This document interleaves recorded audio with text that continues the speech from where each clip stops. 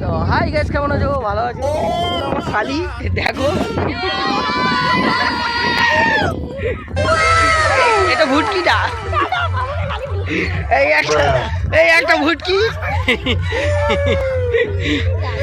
এই একটা ভুটকি, ঠিক আছে?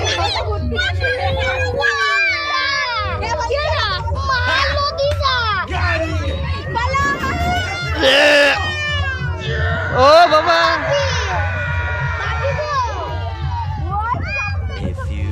চলে আয় এদিকে, চলে আয়।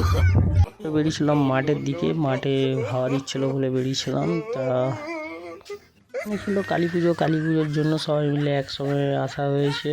তো তার জন্য মাঠের দিকে এলাম, ঘরে খুব গরম করছিল, তো সবাই মিলেই এসছি। এখানে আমার শালিরা ছিল, আমার মেয়ে ছিল, আরও অনেক সবাই ছিল। ব্লগিংটা কেমন লাগলো কমেন্ট করে জানাবে, চ্যানেলটা সাবস্ক্রাইব করে দেবে।